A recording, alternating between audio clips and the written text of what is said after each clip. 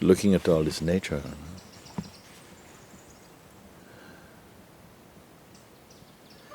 and sensing the harmony and the balance, this intense nature at the same time, with all of its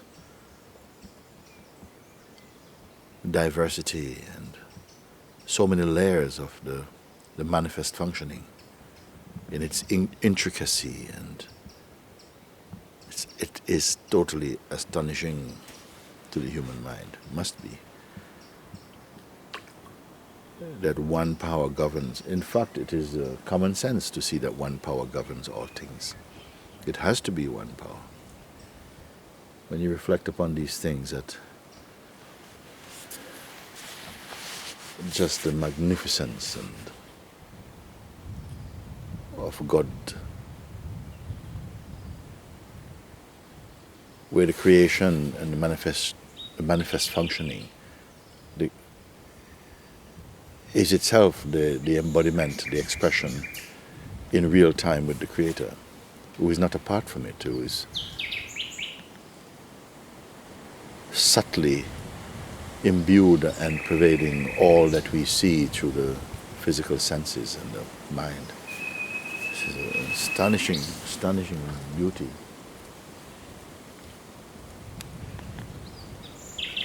That even in its apparent ugliness, the beauty of the extraordinary wisdom.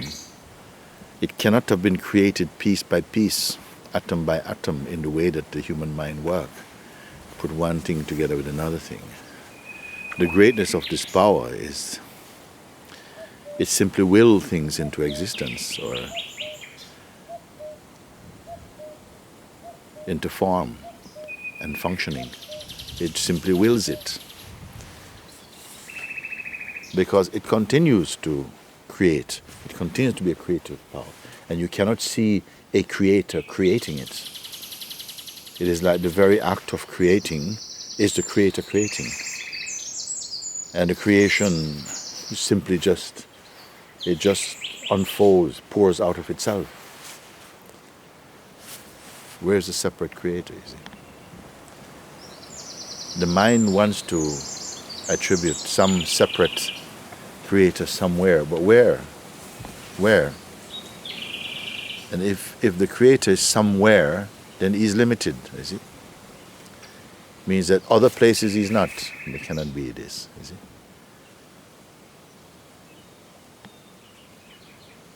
The creator is very present in the creation and the functioning of the creation in its diverse expression, you know. And also it is there perceiving it also, perceiving the manifest functioning, enjoying and even apparently suffering it, and yet it is totally untouched.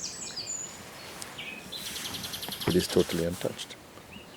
It knows that within itself it is part of its creative joy, and why? Even that is crude way of putting it, that it remains untouched. As though it can suffer from any aspect of its expression. It cannot suffer. It is there, lovingly in everything, but not loving in the narrow confines of the human mind, not loving in this way, but love as the harmony of being and the totality of the expressiveness of that power, of that beingness. You see, and it's so incredible. Even sitting here, standing here, looking into this pond with all the beings who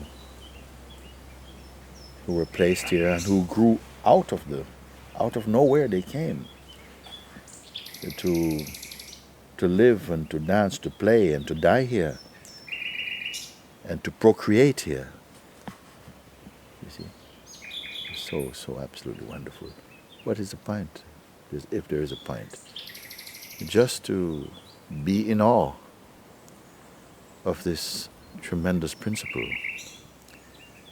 It is life itself, but life in its form is continuously, constantly changing in its form, but in its formlessness is so pure.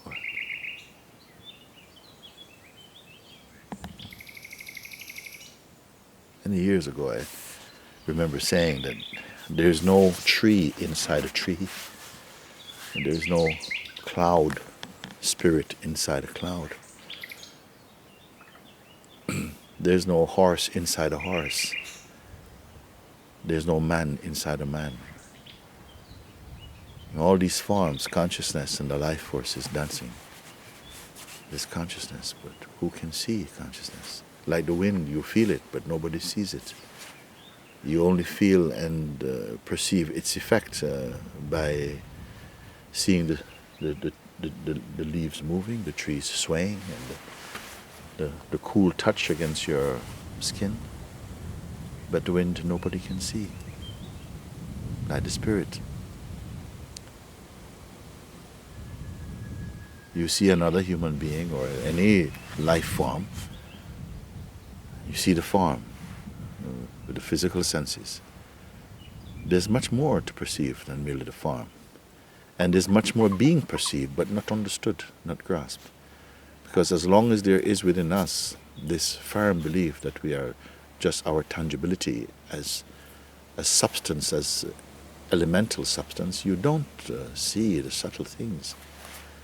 They become secondary, if even that, maybe not realized, not perceived at all. The subtler you become in your consciousness, the subtler you see.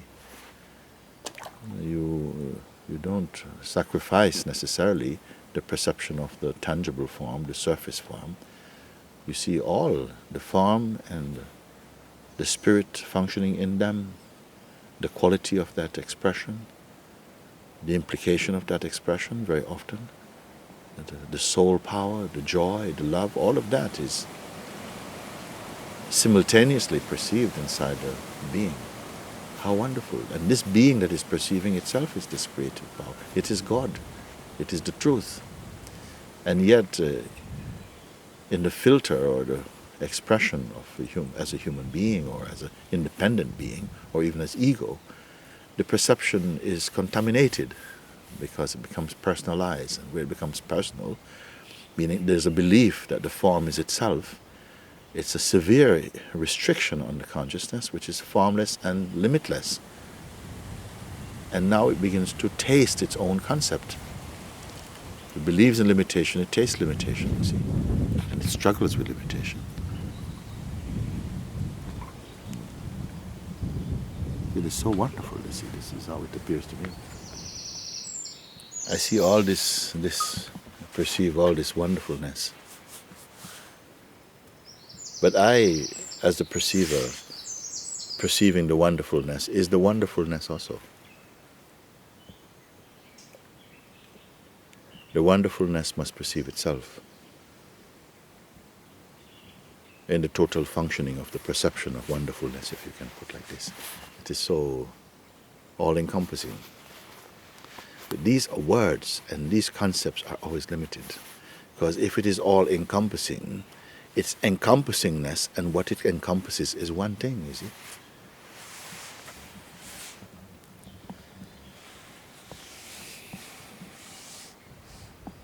Where to take this? What to do with this knowledge or this perceiving or this knowingness? Nothing at all. Just become more juicy, more or less. More appreciative, more celebratory, more subtle in your inner introspections, and more loving, more appreciative, more all, more nothing. You see?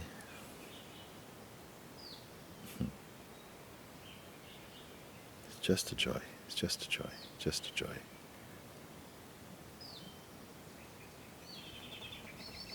And yet there will be moments of great pain and sorrow and upheaval within the play of the manifest functioning. There will be such times. But this moment is this moment. And what is the assessment or the measure of this moment? It need not be measured. It's immeasurable. It can also be felt as nothing. What will determine this? The will and the, you may call motive. I don't know if I use this word motive. All the words are becoming very, very limited. What will determine or assess this moment? Why to assess? One may simply enjoy, even not to enjoy, because the very fact that we are conscious and consciousness does not necessarily compel a dualistic relationship. The mind may continue just in its natural allness, isness, without measuring or comparing, you see, which are the usual functions of the mind, to measure, compare, and interpret what it perceives or thinks it perceives, you see. I don't know, I'm just taking a moment of reflection. This reflection does not step outside of myself. And what is reflected upon is not outside, inside myself.